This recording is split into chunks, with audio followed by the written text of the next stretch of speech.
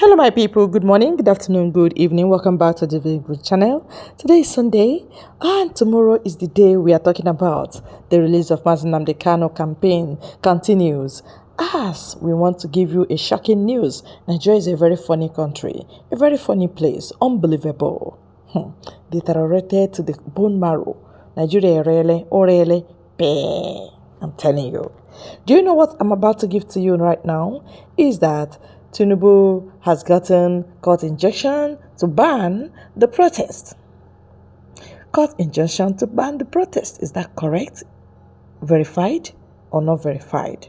I want you to get right deep into this news, and after it, we will analyze this country really good. Thank you. Tinubu has gotten a court order to ban these protests. Yes, it has been fact-checked, it has been verified, and I'm giving it to you live on my channel. Breaking news: Tinubu has just gotten a court order to ban this Free Mazi Nnamdi Kanu protests. The order was gotten later today because, earlier today they have been fighting to get that order, but it's like the judge refused initially, but now it seems as if they have threatened him and they have, they have used the Nigerian method of bribing and coercing and any way they can use to get order from court, ex parte order, and they have finally bullied the judge, the Justice Umar, to grant that order against his own will. This is how courts in Nigeria are suffering under, the executive, and they have already been hijacked by the executive. Let me read out this report for you. It says, the federal government of Nigeria has secretly secured a restraining order against human rights activist and pro-democracy campaigner Omoyele Sowore and others planning the October 20th, 2025 Nnamdi Kanu protest. This comes after the court initially refused to grant its ex parte requests.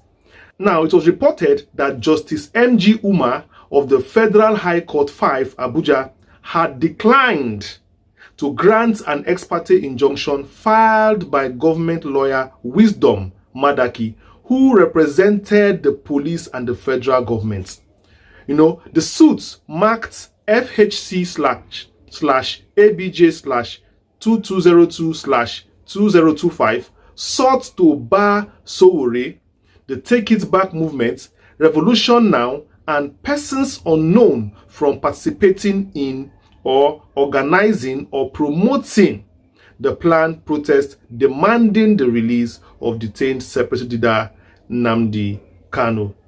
At the earlier sitting, Justice Umar refused to issue the injunction without hearing from the defendants. Instead, he directed that Sowore and others be placed on notice and adjourned the matter to October 21st, a day after the scheduled protest. However, in a dramatic twist on Friday, fresh information obtained revealed that the presiding judge later granted the order privately after summoning the government's counsel into his chambers.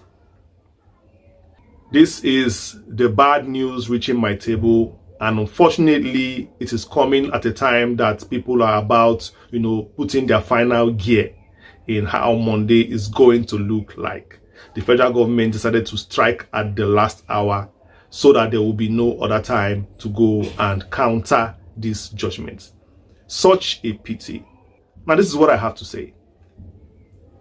First and foremost, this order means that the Nigerian police has been given, the powers, to protect, the order of court. And that means a crackdown is expected on Monday. Because when a court like this gives a judgment, the police is now having the legal backing to go in and enforce the court's, judgment. That means the federal government is asking the court to allow or to approve the police crackdown. That's exactly what the court is saying, that the police are now free to come out and crack down on innocent protesters. That is one. Also, number two, protest all around the world is a fundamental human right enshrined in the Constitution. Your right to assemble, your right to voice out when you are not being heard, your right for freedom of speech, and your right to demand things from your government. All these are enshrined in the Nigerian Constitution and in the UN Charter. So the government cannot take away your human rights, and the government cannot even give you your human rights. The government only is allowed to protect your human rights. That means, and having said that, I want to add that the job of the police on Monday is not to arrest or to quell any protest. It is to protect the protesters. That should be what they are going to court to get. They should go to court to get an order for them to be able to protect Nigerians on that day, to protect people when they are protesting, to support them, to guide them properly on the particular roads they should follow, and to make sure that the protest is not hijacked by unscrupulous elements. That is the job of the police. Also, this goes to show that there are people who are working behind the scene day and night, who do not sleep as we do not sleep, who do not move when we do not move. In fact, these people work with generator while we are even asleep to make sure that the remote or motor show from their rooms, from their hotels, from their bedrooms, from their mansions. Because everything happening in Nnamdi Kanu's court, I told you, is orchestrated in a room, in a house. Take it from me. It is 1, 2, 3, 4 people, not more than 5, who are doing this thing to Nnamdi Kanu. They have decided that this man will never ever leave that cell forever. Because tell me, what is the political gain of Mazi Nnamdi Kanu in the prison at this point in time? What leverage does he give even the federal government as he's in the prison right now? It does no good to Tinubu's political, life. It does no good to Wike's political life. If not for anything, it's only causing more damage to whatever they think that they are doing.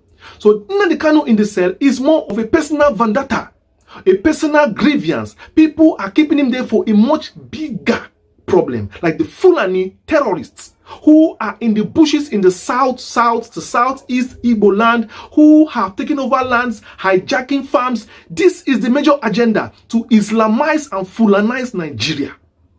This is it. To cause, mayhem in their land so that they can skip, so that the white man, the British, can keep on milking the oil, and the Fulani and the Islamists can take over the country. Because definitely they have promised them that if we give you these people's land, you give us their oil. And they have accepted it. That is where we are today. And also, any judgment gotten in an ungodly hour is an ungodly judgment. And any ungodly judgment can never stand. I know Sowore very well. Sowore is not going to back out on this protest. Sowore is going to go head on to the federal to Aso Rock.